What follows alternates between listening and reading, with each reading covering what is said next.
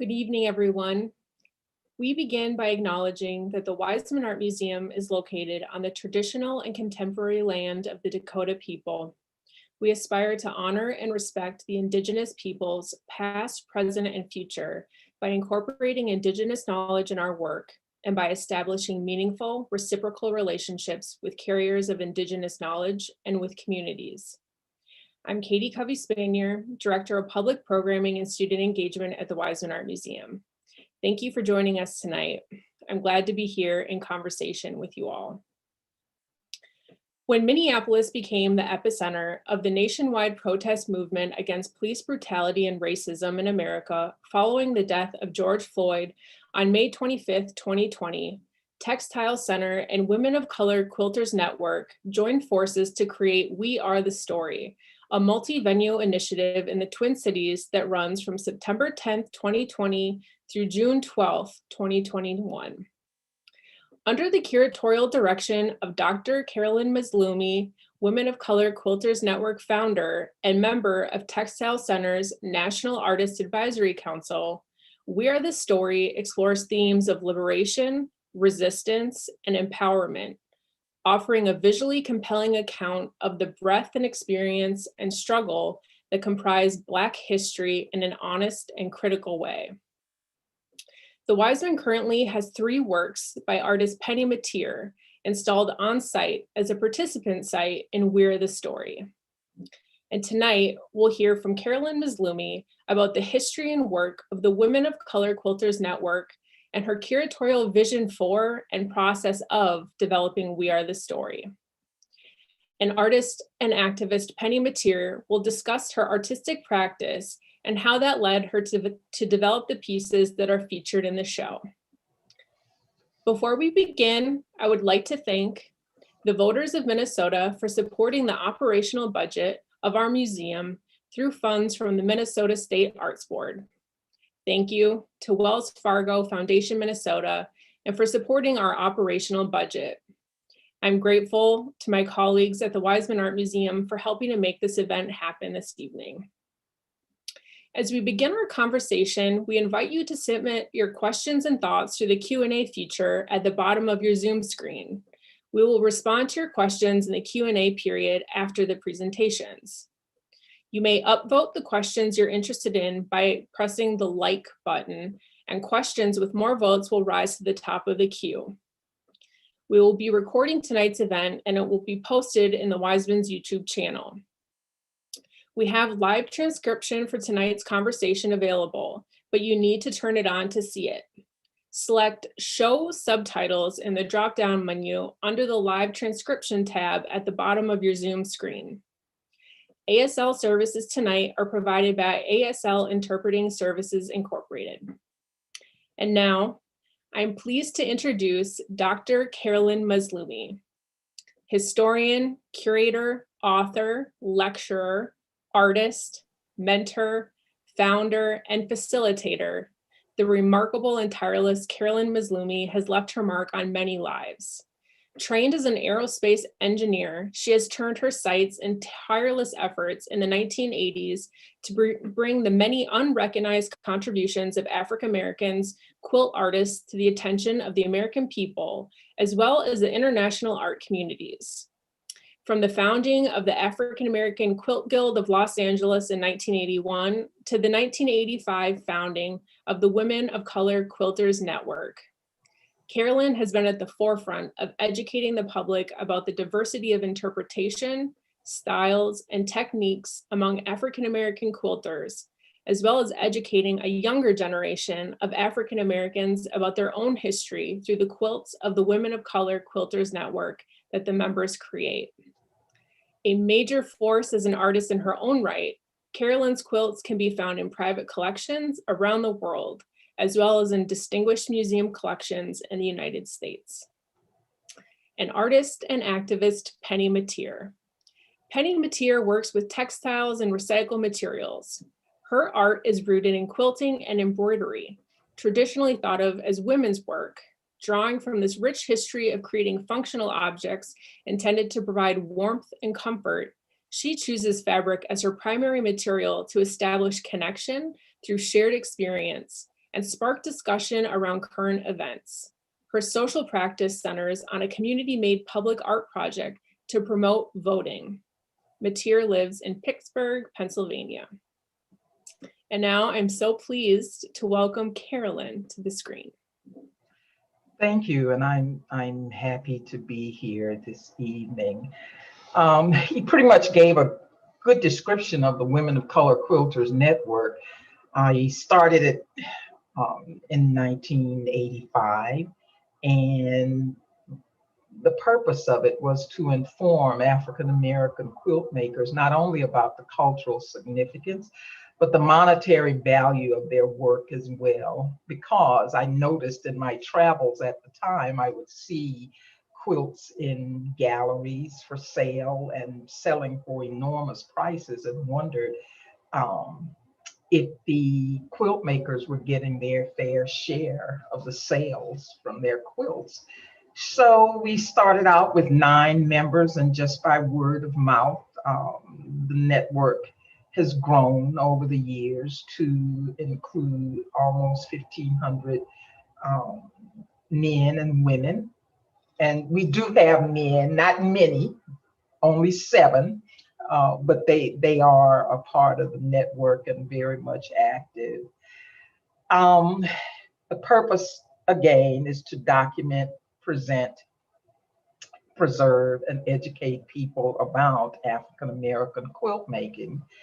And the network has shown all around the world, giving exhibitions. We've exhibited at the Smithsonian 3 times, and we've exhibited in Japan, England, South Africa, Australia, Germany.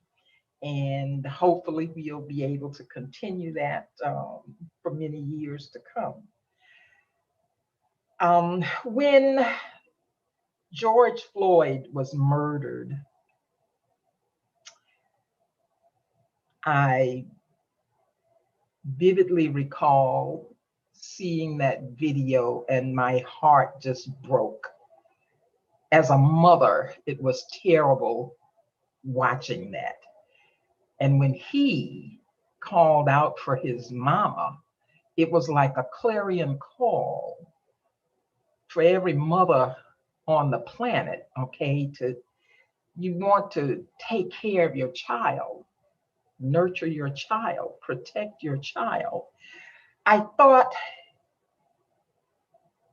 since I'm on the advisory board at the Textile Center, it would be a good idea to blanket the city of Minneapolis with quilts that dealt about racism in this country and brutality against African Americans. It's, I feel, an easy fix to address these issues in the form of quilts, because everybody's familiar with quilts, pretty much. Everybody's familiar with fabric. We as human beings, we are swathed in fabric at birth. It's the last thing that touches our body upon our death. And when people think about quilts, they think about hearth and home and safety and security. So I feel it's a non-threatening way to talk about very tough subjects. And as an artist and as a curator, it's always my hope that people will look at these quilts and get a glimpse into how we feel as African Americans living in this climate of police brutality and racism, and how it affects us. So to me, the quilts are like cultural documents. They're historic documents. They're no different. It's like reading a book about history, only in this instance, you're looking at it. As I said, the network has been involved in showing quilts, and most of our quilts are about social and political issues that affect our culture, and sometimes issues that affect minorities around the world. artists have always, from day one, um, involved themselves in the politics of wherever they live, the social circumstance of wherever they're living, and whatever the political movement, whatever the timbre of the times is, there are always artists that are willing to create work about that situation. And I'm going to start my slide view here. Uh, One moment.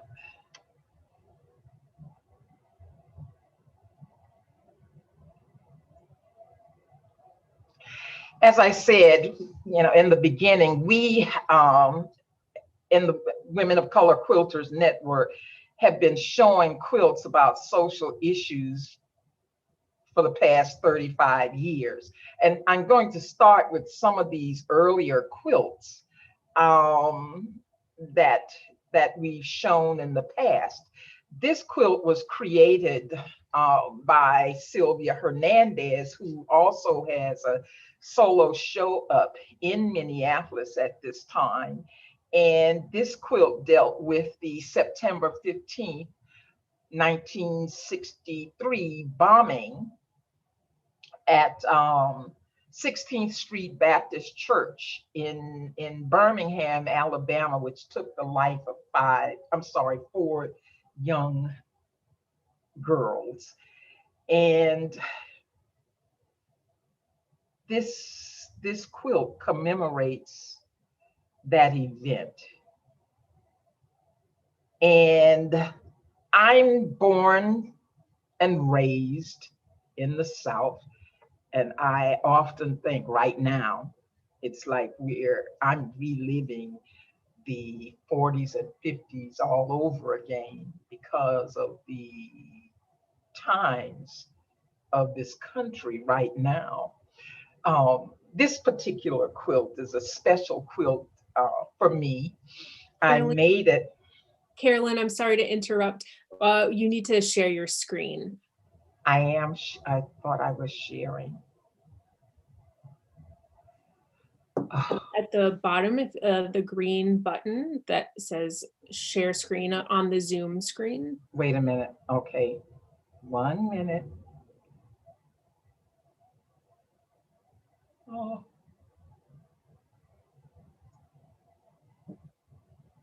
Okay. Is it up? No. So if you click down on your PowerPoint, which it looks like is down on your bottom. Yeah. You got it now? Yep. Is it up? Yep. And then if you press your slideshow button. Okay. Sorry about that. Perfect. Thank you. Okay.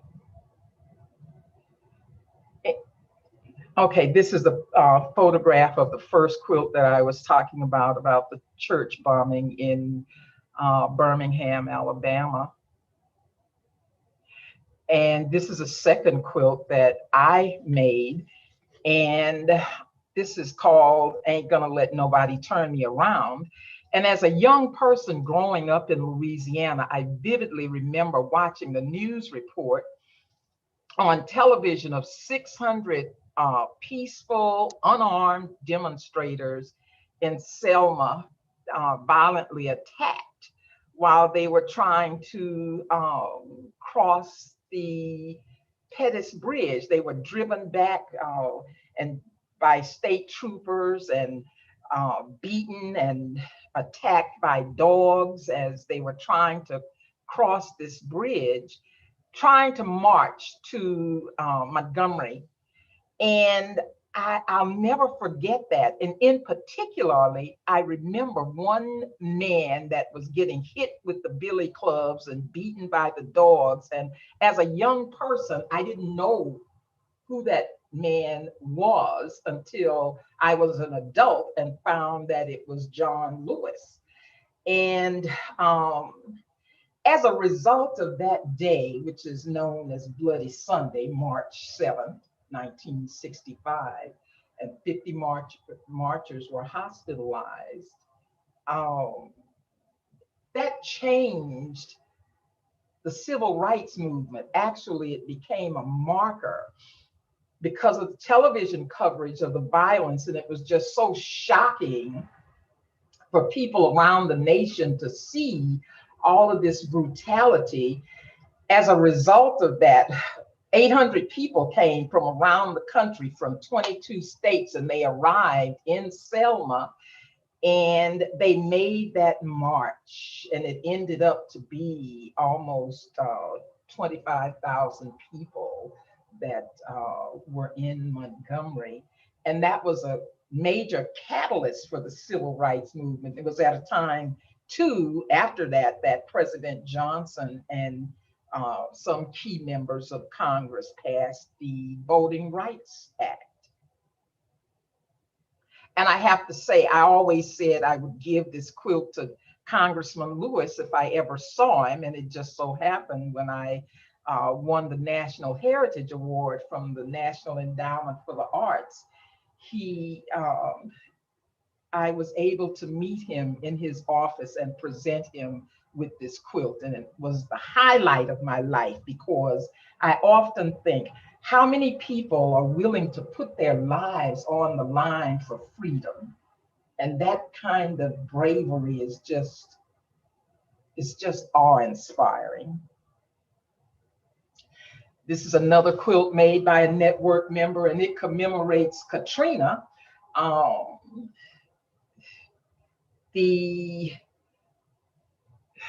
This hurricane did a lot of damage in New Orleans in summer, August 29, 2005. And it disproportionately affected many African-American people living in the city. People were not able to leave the city and seek shelter. So there was a lot of not only physical destruction of life, a lot of loss of life.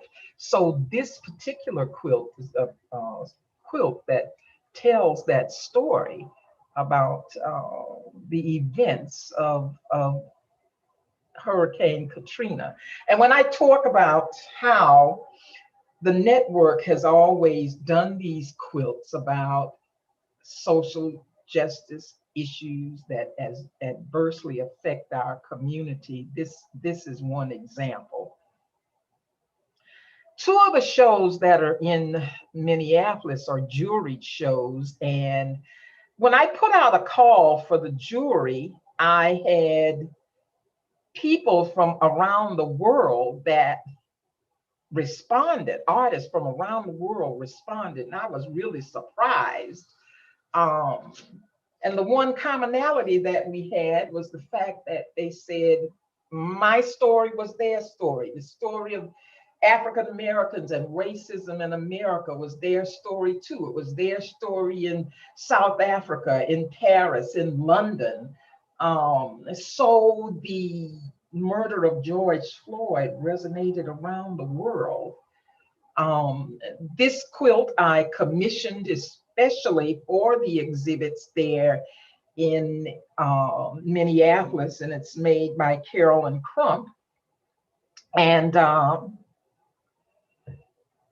you can look at it and see it tells the story exactly of what was happening at the time during the demonstrations in Minneapolis.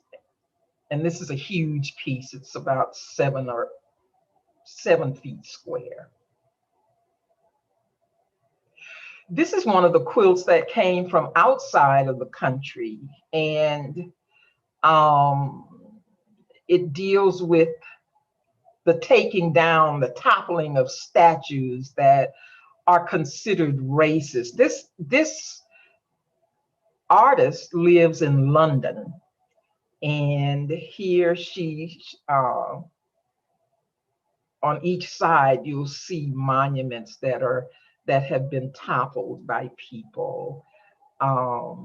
She has Frederick Douglass on one side and President Obama on another side at the Lincoln Monument. And she's saying that these the toppling of these statues is not an attack on history. It is history in the making. This quilt by Mary Bernanke, White Silence is Violence, and the title says it all. When white people don't speak up, it's like you're condoning violence. You're not helping the issue. Many of the quilts dealt with, you see the image of George Floyd depicted in these quilts, many of them. And this particular quilt from Peggy Hartwell from Summerville, South Carolina, was made in mind with him calling out for his mother.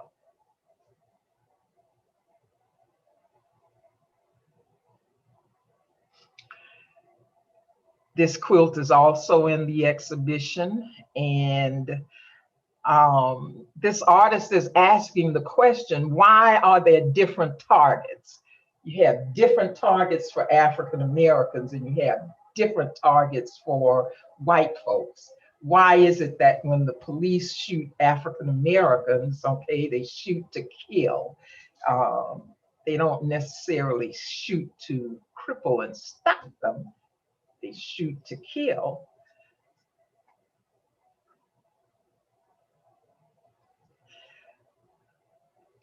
One of the exhibitions in the within the 7 exhibitions in Minneapolis is Gone But Not Forgotten. That's the title. And it memorializes people that have died through police brutality, people that have been killed by the police. And we want to remember them. We want to call their names. That's important. Call their names so that they're not forgotten.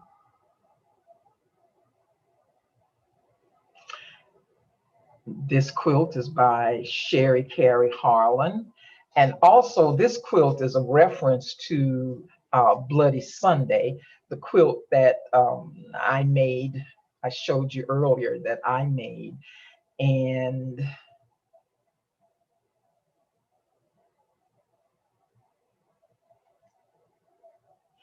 okay. As I said earlier, quilts are like cultural documents. They're no different. People who, and historians will look at these quilts hundreds of years from now and get a glimpse as to what was going on here in the United States at the time we made the quilt. All of these quilts, it's my hope that people see these quilts and think about what's going on in this country.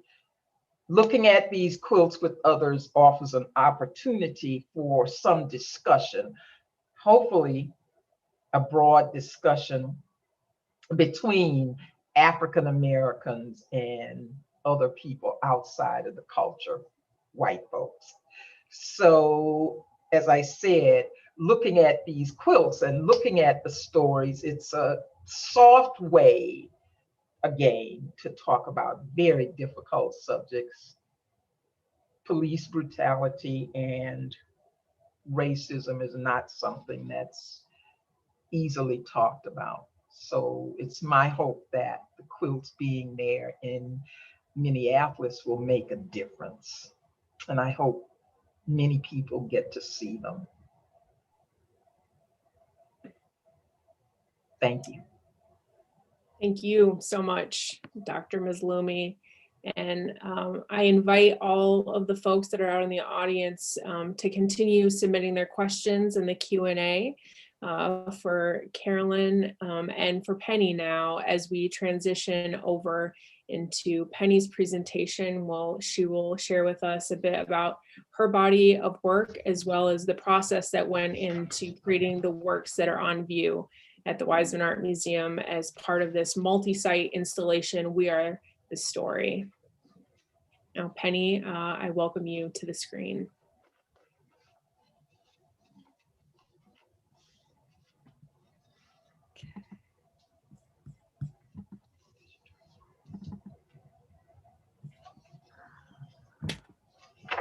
Hang on just a second.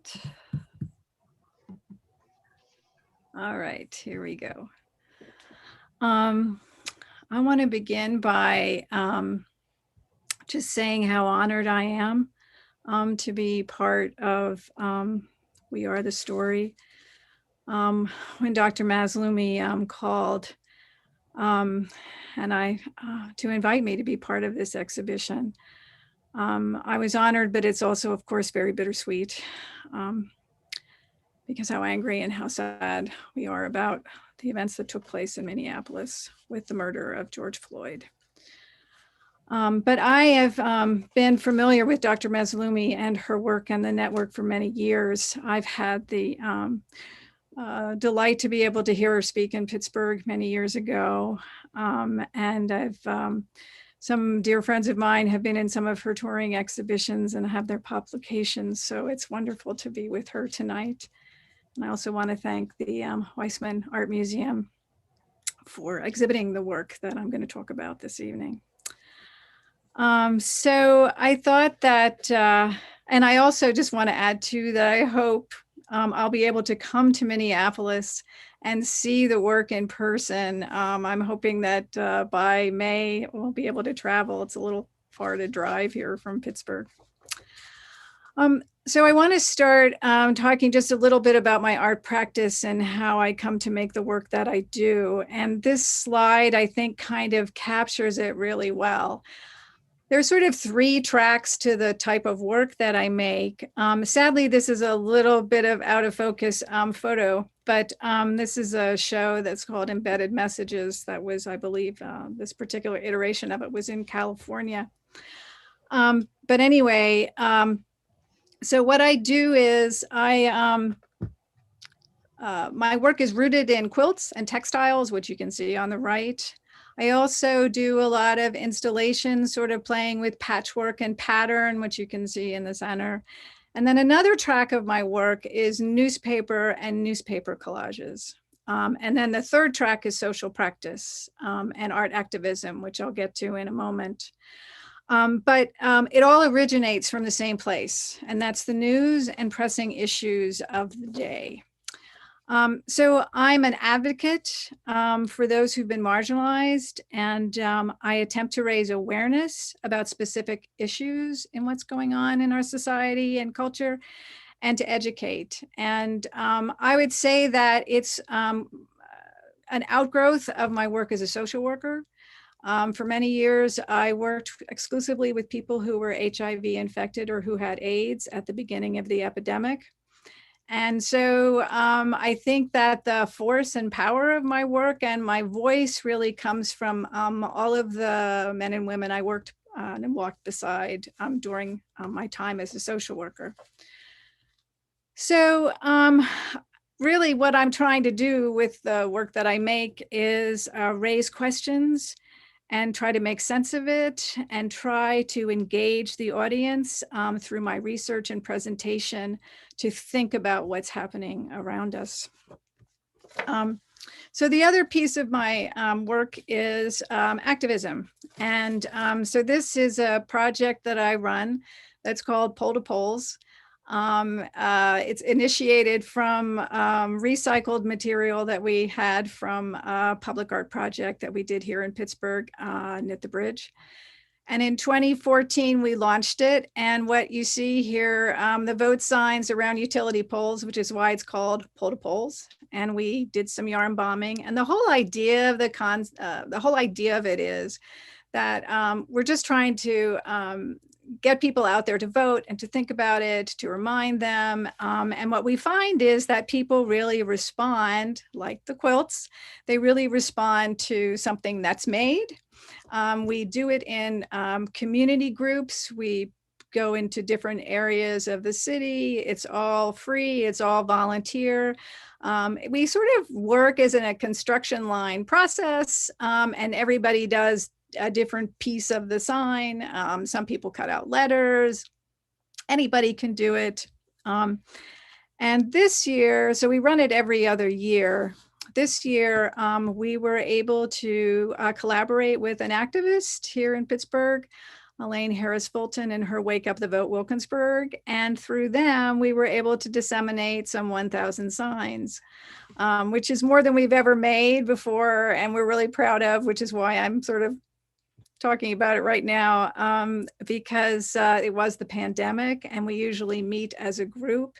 And the power of the project is because we all meet together, it's nonpartisan, and everybody really just enjoys each other's company. And it's sort of the love and the growth of the community and the stitches that we put together, that we put out there, is kind of the power of the message. So this is a very important part of the work that I do.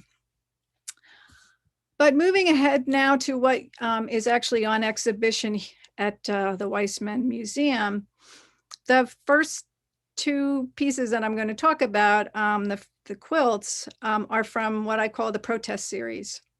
And here's the entirety of the protest series, which began in 2005. And so I think it's helpful to understand just a little bit about what this series is.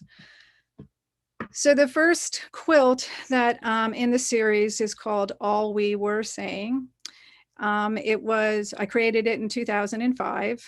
And that was the time that George W. Bush was in office. And we had just gone to war in Iraq. And I couldn't help but think about what had we learned when we went to war in Vietnam? What did we learn from that? And how are we in Iraq now? And asking these kinds of questions. And I'm a product of the 60s and the 70s. Music is a very important part of everything that I do, of the work that I make. When I'm in the studio, there's always music playing. And the song that came to mind was, of course, John Lennon and Yoko Ono's Give Peace a Chance. And so I started thinking about, like, all we are saying, of course, is one of the major lyrics. And I'm like, well, what were we saying? And all were we saying? And so this quilt was born. And then right on its heels, I started thinking about Peter, Paul, and Mary. And then I started thinking about where have all the flowers gone? And to that, it became, why have all the flowers gone? So that was sort of the birth of the protest series. And I'm just going to back up for a second here. So I came to realize that it would be very interesting to sort of look at what was going on in contemporary times through the lens of 60s and 60s activism, and in particularly through music. So each one of the series, the title of the work is a song that's from the 60s or the 70s, some protest tune. And as you can see, a lot of my work is influenced by pop art, by Andy Warhol, Peter Max, op art.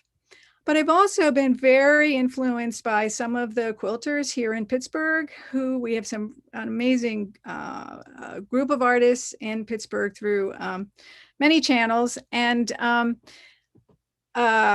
in particular, I want to mention Tina Williams Brewer, who is one of my mentors, and who tells and creates story quilts, shares the stories of African-American history here in this area. And also Sean Quinlan, who does these incredible social commentary and political commentary quilts. That when I was just beginning to sort of explore this as a form of expression, they really showed me sort of a way and a path of how you can really introduce, as Dr. Mazloomi talked about earlier, difficult topics for people to explore. And somehow it's safer because we can all relate to what a quilt is and what it looks like. And, maybe I had one on my bed, or my grandmother made one, or et cetera, et cetera. So moving ahead to what's here and part of We Are the Story, this quilt is the number 13 in the protest series, and it's entitled This Revolution Will Not Be Televised. And it originated with an article that I saw on Gawker.com. I was, scrolling and stumbled upon it. And what the article was written by Rich Joswiak and Alexander Chan. And what it was is they compiled a series of tweets and photos and details of a list of tweets from the NAACP that had posted a series naming 76 individuals who were killed in police custody since 1999, following the announcement that the NYPD officer Daniel Pantaleo would not be indicted for killing Eric Garner.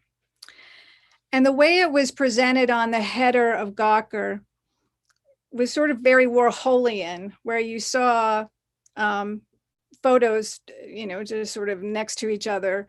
And I looked at it and I said, oh my God, I was drawn to it, read the article, and it screamed as a quilt. And I realized as I was reading the article, and this quilt was created in 2015, that I didn't understand, or really was very ill-informed and unaware about what was going on in our in the African American community and the police brutality, and I needed to understand about that. I needed to talk about it. So I started to do research. And of course, the book that I read, and I encourage everybody to read if you haven't yet, and that is The New Jim Crow by Michelle Alexander. And when I started thinking about what this quilt would be or how to put together, the question that came to mind was, I remember the protest series is rooted in 60s and 70s protest songs. And I was thinking about, how did we get from Black is Beautiful to Black Lives Matter? And I thought it was really important to memorialize the individuals who were referenced in these tweets. So this quilt is made in collaboration with my dear friend, Martha Wasick, who is a graphic designer. And Martha designed the border that you see.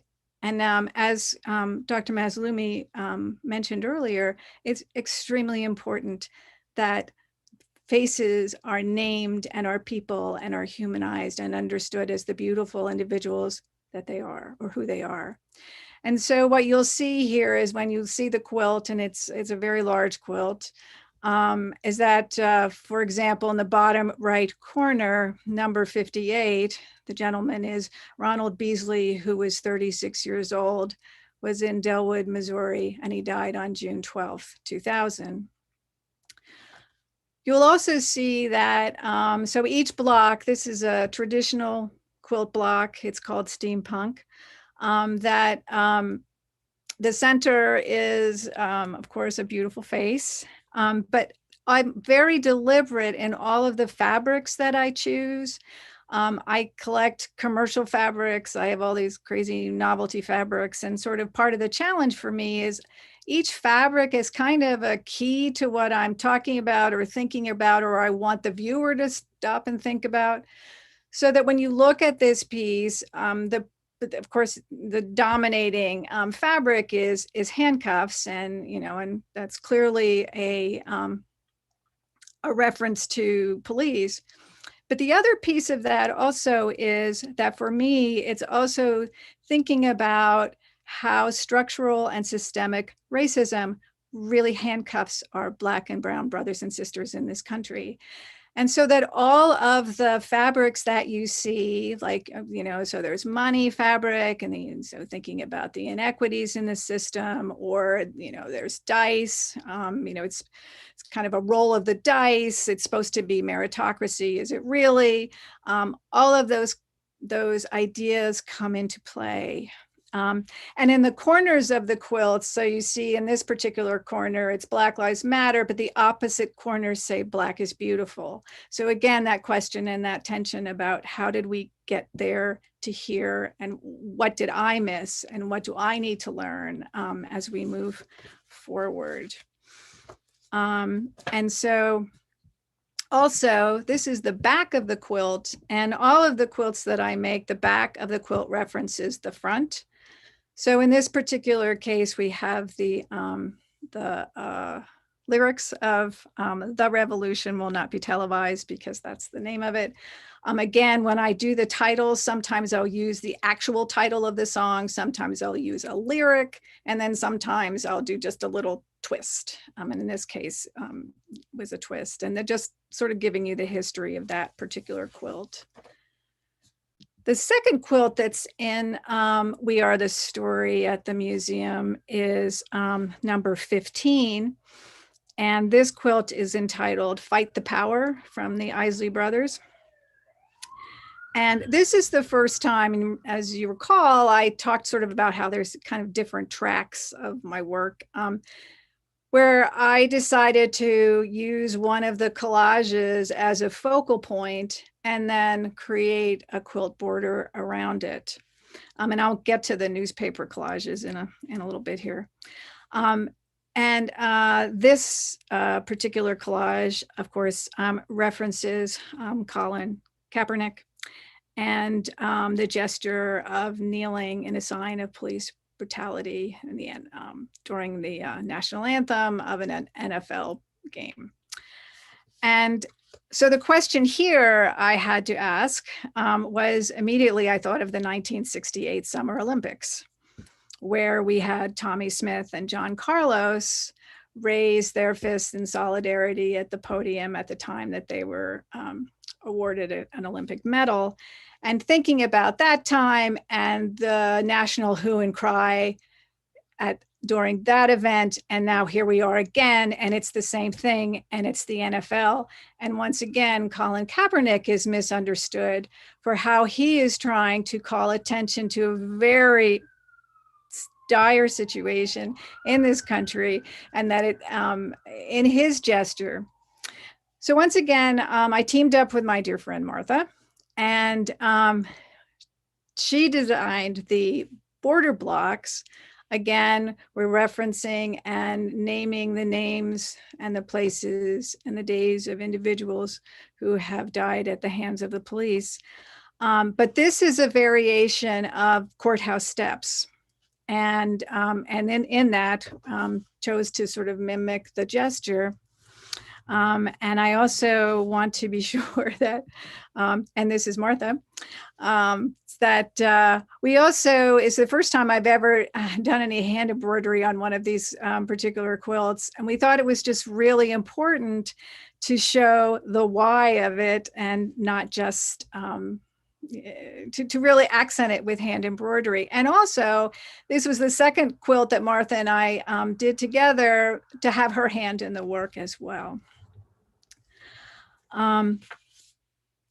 So now I'm going to jump to, let's see here, the newspaper collages that you saw centered in, and talk a little bit about that. So in 2006, my father died, and I had been helping him through that process. And after he died, I had a really hard time being able to concentrate or make a quilt or do any kind of artwork. And I really felt compelled to do something. And what could I do that was kind of easy? And I don't know. So I read the newspaper every day. I started thinking a lot about, again, this was in 2006, so this was a little while ago. And we still got newspapers then, right? What the transition is from print media to digital media, and what an impact that has, and in particular on photographs and photojournalism. So that when you're holding a newspaper in your hand and you turn the page and your eye is caught by something, you can't help but look at it. Or, I mean, I think it often promotes empathy, given what many of the photos are that photojournalists show, but or publish. But when you're looking at a computer screen, you can just click away from it. And what does that mean? So I started making collages, and they're just these little, they're in books. They're in, I'm not sure how well I'll be able to show this, but they're little 5x7, lots of notebooks. And I just make them, and I have made them on and off through the years. So now, in 2016, of course, Donald Trump was elected. And my sister lives in Manhattan, and I was very familiar with Donald Trump and who he was. And no matter how you feel about Donald Trump, I got the sense that this particular presidency would be different than in any history. And I decided to start chronicling that. So I began a series that initially was, and what it is Monday through Saturday, I make a collage from the New York Times. And it's only from that edition that day.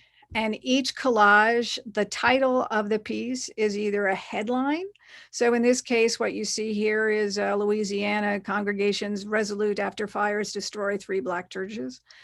Or it's highlighted text.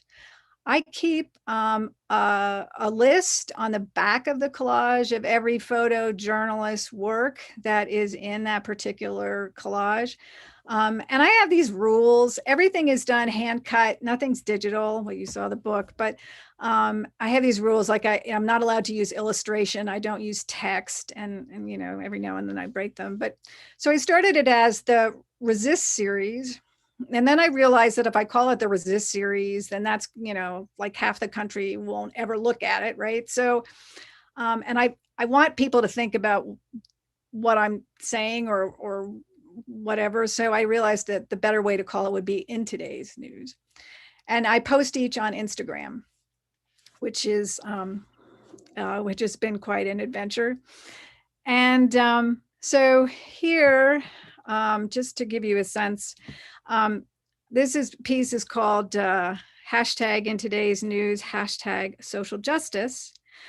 And it's an installation of cloth decals. And what it is from the beginning of President Trump's, former President Trump's presidency to, I believe it's July 10th, 2018, and I'll show a detail here in a second.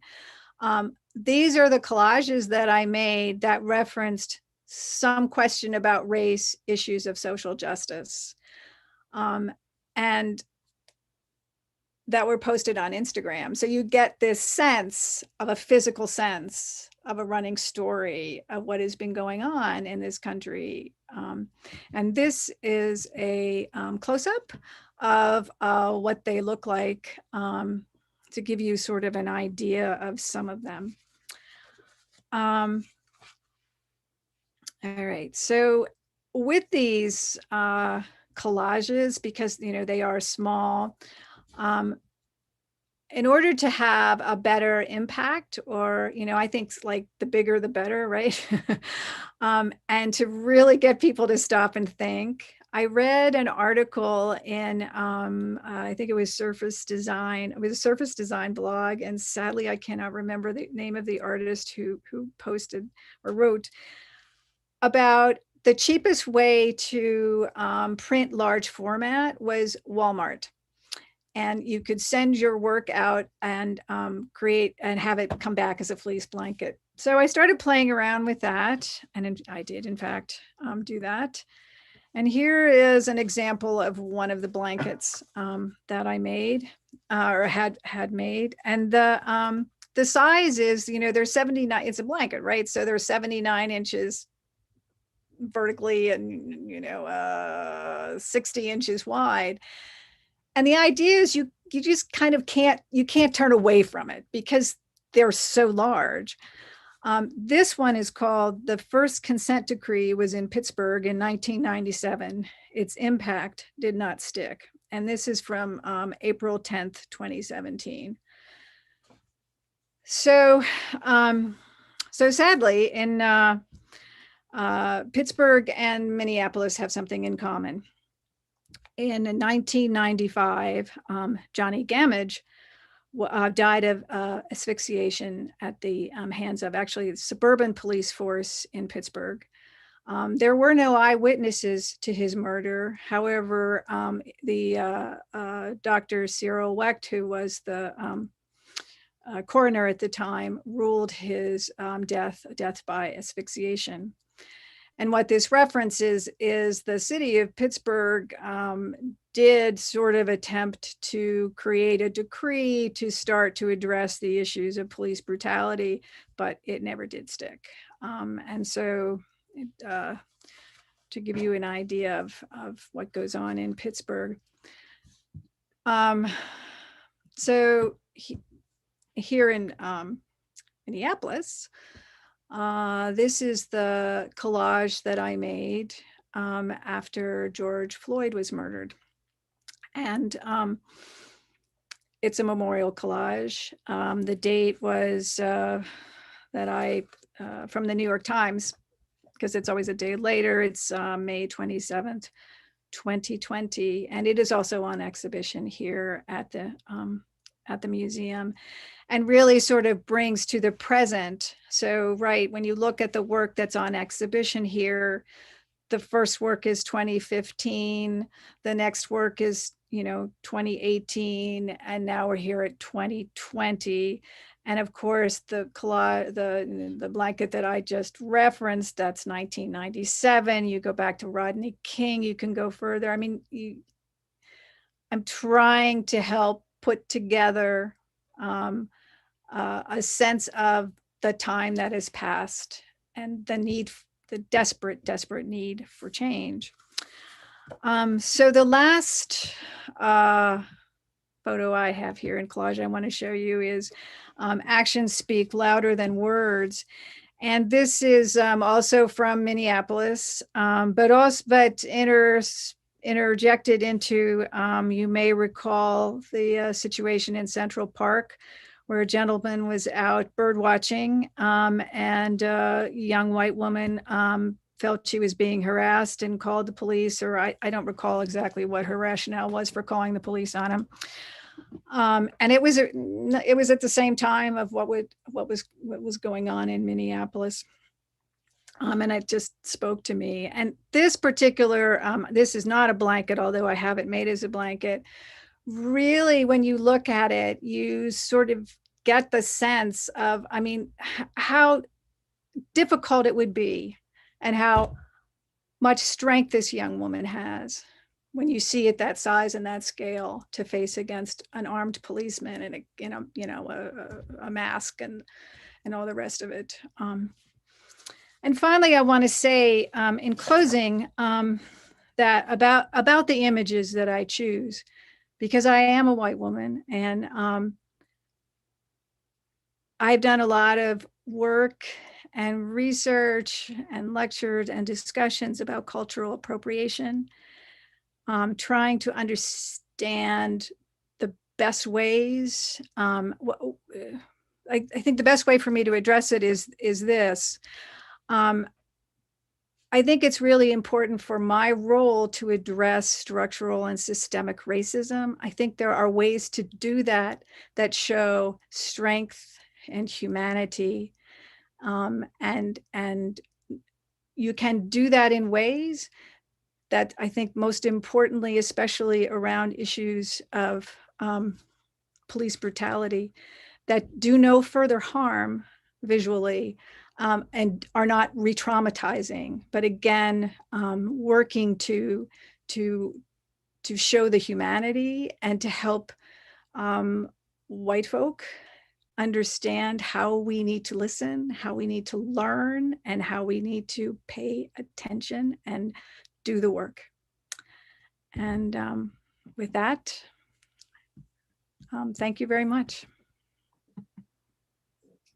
Excellent. Thank you so much, Penny. And now I'm going to invite Carolyn to also please join us as we jump into conversation with each other and with the audience. So I think I want to start it off with a question. Dr. Mazloomi, I'm wondering if you can speak a little bit about how you selected the works that are on view at the Wiseman, and what that means to exhibit at a university campus. As a 7-site installation, I know there's different social relations. So if you could speak to that a bit. Well, to exhibit at a university, hopefully you have more young people see the work. And I think it's important for young folks to see the work because they're the people that can help implement change that's necessary to eliminate racism and discrimination. When I chose the quilts, I thought about the themes, and my curatorial work is very intuitive. I look at the work, and if it strikes me and it hits my spirit, and I feel that it will make an impact with the viewer, that's a quilt that I would want. I'm curating for storyline. Unlike a lot of exhibitions, especially quilt exhibitions, there's a set criteria dealing with the workmanship and how the quilt is structured and the colors and whatnot. I am looking for a strong story. I don't care about the structure of the quilt. I'm concerned that the quilt doesn't fall apart during the tour, and it holds together during the tour. That's all I'm concerned with. The strong point is the visual impact that quilt makes on the audience. That's my primary consideration. And I think if anybody has gone to those shows in any venue in Minneapolis, my point is well taken because I'm sure they get what we're trying to say. Certainly so. You talk a lot about being a curator, but you also are an artist and have a long history of creating a body of work. And when I did some dug in a little bit, when you talked about some of your inspirations, you've spoken about how the civil rights movement and music from that era is a source of inspiration for you. And then Penny, likewise, tonight you discussed a bit about how songs of protest for the 70s and 80s have been a well of inspiration for you as you create in your studio. So this question is for both of you. Is there a song or an album that you continue to turn to? And if so, if you've felt that it has changed when you're listening to it, given kind of what has been going on in the past 4 years and really specifically in the last year? I'll let Penny answer that. Oh boy. Well, a couple jump out right away. Sly and the Family Stone is one of them. And I can't tell you the name of the album. I'm really embarrassed to say, but the song Stand has given great new meaning to me in this era, and that's actually what the name of the piece of the heads on the poles. But I would also definitely say Marvin Gaye, who and I listened to it, and it, I don't know, it just. But I guess in terms of difference, I would say Sly and the Family Stone, maybe. I have no particular favorite, but I love music. I can't function without music. I'm always playing music when I'm working, and even when I'm not. That music is fuel for the spirit. It is fuel for the soul. It's especially during the civil rights movement, it rejuvenated us spiritually and lifted us up so people could march. And I just, a few years ago, I wrote a book called Textual Rhythms, Quilting the Jazz Tradition. And this is the book. And there's a quote in here that I want to read, and it's from Dr. Martin Luther King. And he talks about the effect of music, especially jazz. And I love jazz and I love blues. And I just want to read this. It's a brief paragraph here. God has brought many things out of oppression. He has endowed his creatures with the capacity to create. And from this capacity has flowed the sweet songs of sorrow and joy that have allowed man to cope with his environment and different life situations. Jazz speaks for life. The blues tell the story of life's difficulties. And if you think for a moment, you will realize that they take the hardest realities of life and put them into music, only to come out with some new hope or sense of triumph. This is triumphant music. Modern jazz has continued in this tradition, singing the songs of a more complicated urban existence. When life itself offers no order and meaning, the musician creates an order and meaning from the sounds of the earth, which flow through his instruments. It's no wonder that so much of the search for identity among African Americans was championed by jazz music.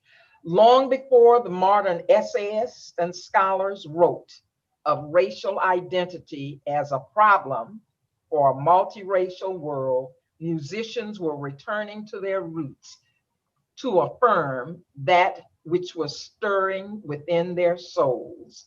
Much of the power of our freedom movement in the United States has come of age and begins from this music. It strengthened us with its sweet melodies that courage began and fail. It has calmed us with its rich melodies when spirits are low. Anyway, he spoke this at the in 1964 at the Berlin Jazz Festival, and that pretty much says it all. You know, for me, I can't function without music. It's fuel for the soul. Mm-hmm. Totally. Well, that's the perfect transition to a question from an audience member. So this is to both of you. What do you see the differences are between the 1960 civil rights movement and today? They say, I was born in 1980 and I'm so sad history has repeated itself.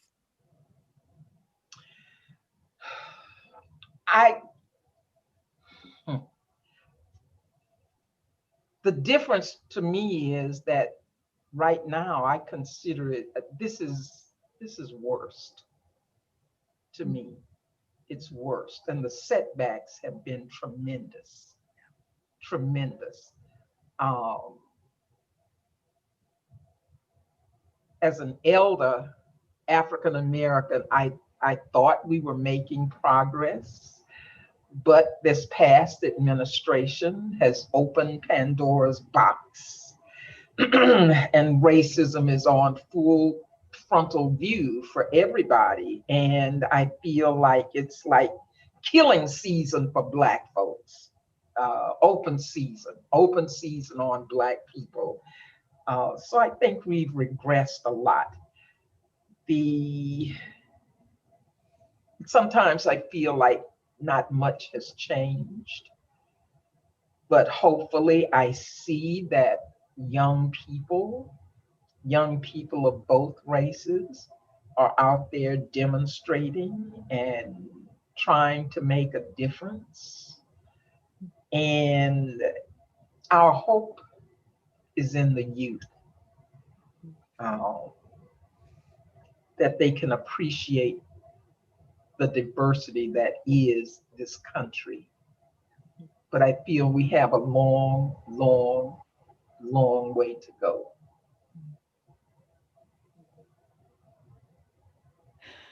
Yeah, I don't have much to add to that for sure. It is the youth that we have, where we have the hope, and yeah, it's been a long, terrifying 4 years. Well, speaking of the youth, part of the mission of the Women of Color Quilters Network is to create an intergenerational exchange and to engage folks from all different age groups. And so, Dr. Mazloomi, from your position as the founder and kind of seeing this organization grow, I wonder if you can speak a little bit about how you might see different approaches to quilt making, and if you see a difference from the way younger folks are approaching their narratives with some of the elders. Well, I think that's pretty obvious when you think just even in terms of technique, and how young people create their work. I'm 75, and I can remember relatives and family friends that quilted, and all they had was thread, needle, and the homemade quilt loom. So that was it. But things have changed now because of technology and materials, and there's so much that is available now insofar as tools for the quilt maker to make their work. So that's different. And then the approaches and techniques are different. I'm just surprised by the materials used, and I see lots of three-dimensional work being done now, and the work is quite different from the traditional work, say, 50 years ago or before. So, and this is because of younger people. They're bringing a new energy, not only with the new techniques and materials, but a new energy to the art form. And that's needed if we're to progress and pass this art form on to the next generation. Mm-hmm. Mm-hmm. Someone from the audience has commented that the quilts are extremely powerful. Is there any plan to travel them to the Washington, D.C. area in the future? We wish. All I can say is, Washington, if you're listening, the show will travel. Well, a pared down version of a combination of all the 7 shows will travel.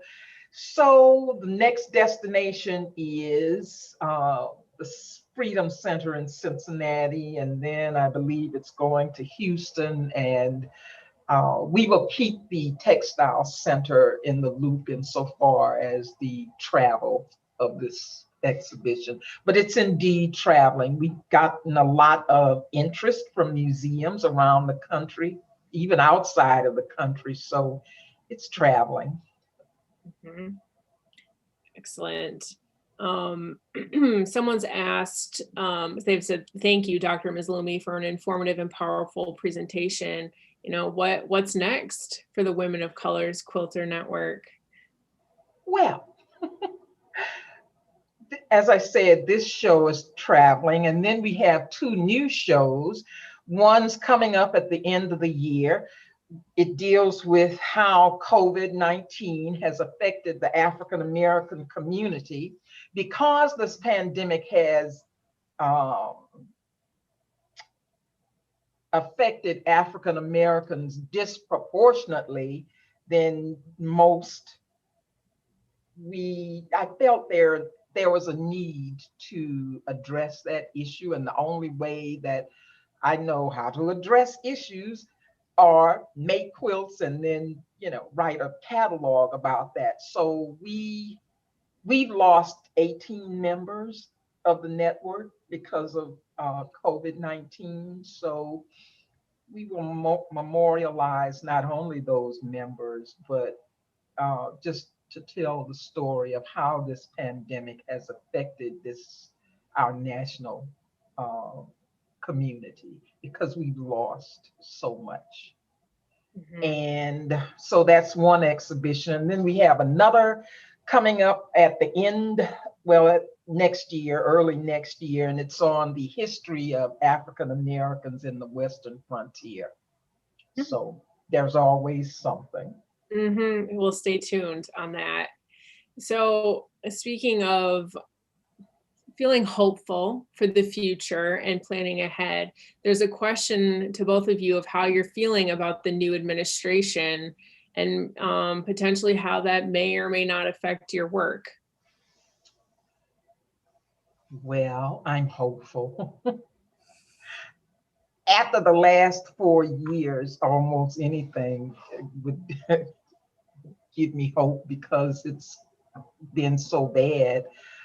Um, it's strange. After the election, I heard from so many network members who said they were ready to get back to work and they were energized, because I felt that, like many of them, we were depressed. This overall political climate has been depressing, along with the pandemic. It did not psychologically and spiritually make for a good atmosphere to work in. So there's a lot of hope that people are feeling within the network. A lot of hope that things will get better. And this is, I can see this in the way that people say they want to get back to work right away. So there's enthusiasm there and hope for the future, a better future. I have to say that I share this same hope for a couple of reasons. Certainly, first of all, the historic moment of Kamala Harris as vice president, which is such a, wow. And also the diversity of the cabinet members Definitely. is really, really hopeful. And so for that I am. But at the same time, I also want to hold the previous administration to account. So as hopeful as I am, the greatest hope in this, in many ways, was Georgia. And how we were able to take the Senate, thanks to all of the amazing efforts of African American women in Georgia, led particularly by, of course, Stacey Abrams. So I'm really hopeful that that sends a message to all of us how important voting is, and that we can maybe make some change, given I think that there is a little bit of motivation and understanding, particularly around issues of police brutalities, sadly, because of the murder of George Floyd, that we might be in a position to really, hopefully, I don't know, kind of take on some of these systemic and structural racism in this country. So, So multiple reasons to feel hopeful. Yes. Cheryl Sims asks, Penny, I like the subtle use of color change in your George Floyd quilt. I saw a faint diamond shape in the center background behind George Floyd's image. Did you use that technique to draw the viewer's eye in? Yeah, so that's okay. That's actually a collage from a newspaper. And yeah, definitely. That was, I should remember, it's from an obituary. An artist died. It's actually another artist's work, that particular grid that draws your eye in. And I usually don't use other artists' work in these collages, but in this case, I thought it was the best way to represent and memorialize George Floyd. And I was hoping that I would be forgiven in heaven for the artist. But yeah, so it was definitely deliberate because it was important to draw right to him. Material choices are a big part of your body of work. And thinking about material choices, Dr. Mazloomi, your background as an aerospace engineer, I have to imagine that you've spent a lot of time thinking about how everything in the universe got to be the way that it is. And I'm wondering if you could share a little bit about the intersections of quilting and engineering. Well, first of all, engineers are designers, and that's not unlike quilting, where you utilize those design methods to create quilts. In my case, in the case of an engineer, maybe that's an aircraft or an engine or a hydraulic system. It's design. It's design. We use technology in making quilts. We use math in making quilts. I'm asked this question all the time. How does engineering and art intersect? And I have to tell this story. Because I'm an engineer, patterns and lines have to be very exact. When I first started out quilting, I love traditional quilts. They're my favorite quilts, but I can't make them. I had to stop making them because the lines and angles never met, okay? Then I started making the narrative quilts, and I'll never forget my first major show in Atlanta, and there was a review in the art section about the show, and it was a horrible review. And one of the things that the reviewer said was how tight the work was, and it was just a horrible review. And that was me, okay? The work had to be tight, and there was not very much imagination to it, because I tended to overthink everything. And after I got that review, I came back home and I threw all my quilt books in the fireplace and burned them. and I started doing my own thing, and really it was very freeing, but I'll never forget that review. It was horrible. It was a horrible review. And I attribute that review to my background. There was everything the reviewer said was true. So that I don't forget. So that's kind of adversely how my profession affected my artwork. But we utilize pretty much the same tools. There are many mathematicians that have written books utilizing quilting to teach math to children. So I don't think there's not that much difference.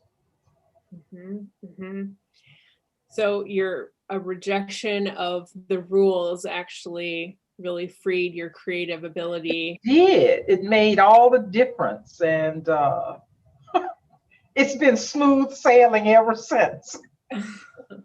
Because I don't think about the rules anymore.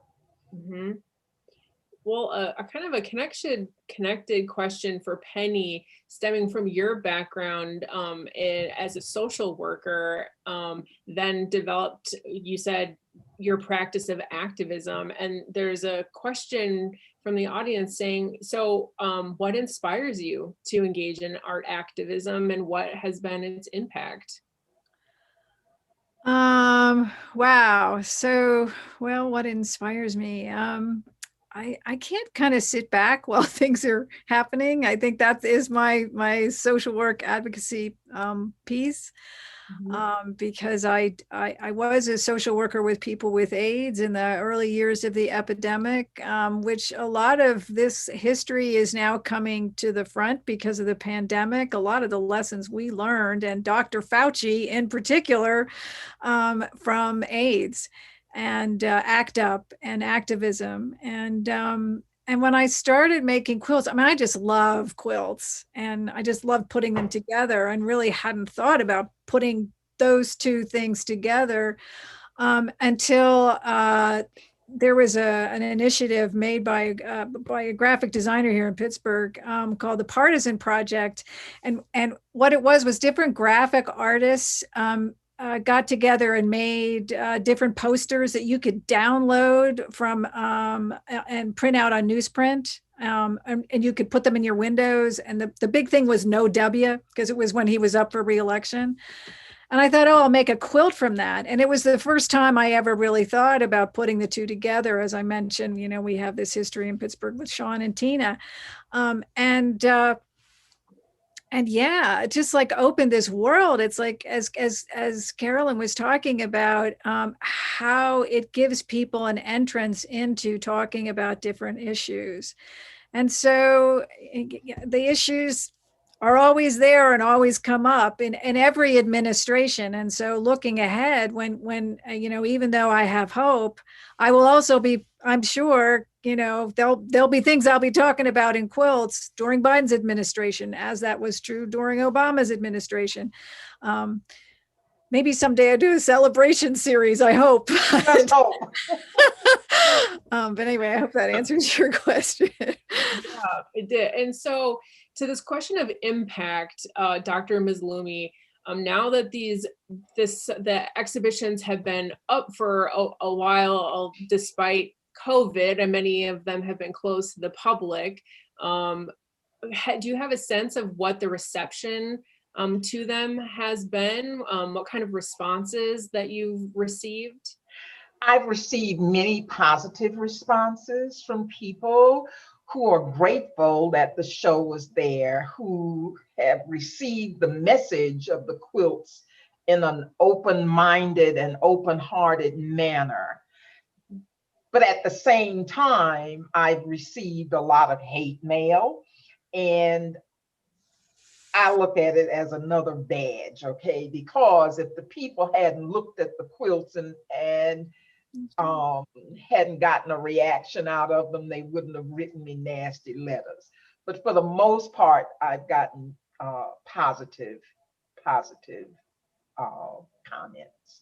So that's a good thing. Mm-hmm. So what do you see as the connection between quilting and healing? As a practitioner, as a quilt maker, first of all, I look at the making of quilts as a spiritual endeavor. I feel too that the quilts are somewhat anointed because God doesn't let us make mistakes. Artists are special people. He doesn't let us make mistakes. And just going through the motions of making a quilt, it's very meditated with the quilting. And for the viewer, anytime the quilt has, or any art, has the capacity to touch one's spirit and touch one's heart, I considered my job as a curator and as an artist is done. If you've created a work that is so powerful in nature as to touch the spirit of somebody, then that's a good thing. And I think good always triumphs, okay? And I look at the quilts as the good stuff. So, and the good stuff is on our side. And these quilts are taking us through a hard journey. My personal journey as an African American living here in the United States, it's a hard journey. Every day I go out, you know, sometimes it's just hard. So the quilt work triumphs over all of that, and it gives me energy to go on the next day and make something else and curate something else and write about it. So that's a good thing. Um, I don't know what I would do without family and quilts. And I don't know what I would do without uh, the network in my life. They're a part of my family's life. So um, these are all ingredients for me as a human being. Quilts, family, and the network is family. So, and the creation of the work is healing. Penny, what is the connection of healing and quilting for you? Oh, I certainly echo the making of the work, as Dr. Mazloomi was saying, but I will also add this in terms of healing. The times that I have been in attendance for openings, in particular, I'm reminded of the opening of the first quilt, "This Revolution Will Not Be Televised." It was on exhibition in Fiber Art International here in Pittsburgh in 2016. And opening night, I was able to really be there for the reaction of people looking at it. And the place that it was on exhibition was a primarily white space. And I cannot tell you how many individuals came up to me and said, I had no idea. I had no idea how many Black and brown men and women have died at the hands of the police. And I've also had African Americans also say, thank you for showing it and for getting the word out there. But primarily knowing that people really are stepping into the work and seeing the names and making that connection and thinking about it, that is a step in healing and learning and growing. Well, sorry. I just wanted to add to that. I said earlier that the quilts, all quilts, I don't care who makes them, all quilts are documents. They're historic documents. And, you know, we make them with the intention to teach. And if I could just have a minute, okay. This comes from an opening too. I always like openings because people are just, they're so emotional. But I received this letter after the opening of one of the shows that I curated about African American history. And this woman writes me and she says, I recently saw an exhibition of the "And Still We Rise" quilts at the Museum of the Shenandoah Valley in Winchester, Virginia, while visiting my daughter and her family. I was so touched, I felt I had to contact you and share my feelings about the exhibit. I was literally blown away by the beauty, ingenuity, artistic ability, and stories these quilts had to tell. As a white American, I was deeply embarrassed that I was so very ignorant of African American history and the huge part that it has played in the history of our country. I am ashamed that such a large and important part of our country's history has been left out of our education. I applaud the efforts of all the artists and you and your job as curator of the exhibition.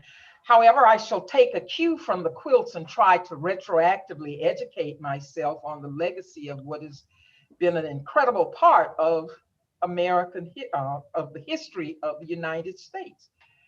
Anyway, when I get letters like this and see that the quilts have made a difference in what someone has learned from outside of our culture about African Americans, where they feel more appreciative of our culture and appreciative of us as human beings, and know that we played some vital role in the making of this country. And we have a place here. And then I consider my job as artist and curator is done at that point. Well, I want to thank you both so much for joining us tonight, for sharing your story, for sharing your time, for sharing your labor of love with us. This was such a pleasure. And I want to thank you all in the audience for joining us tonight and for holding this space with us. And we can't wait to be in community with you again, hopefully very soon. So with that, I would like to just share an outro screen with you all. We'll be receiving a survey follow-up, and we would love to hear your feedback about your experience from this evening. It helps us create programs that are meaningful and important for you, our community members of the Wiseman Art Museum. And so with that, I say good evening to you all. Stay creative, stay hopeful. Thank you for joining us. Thank you for having us.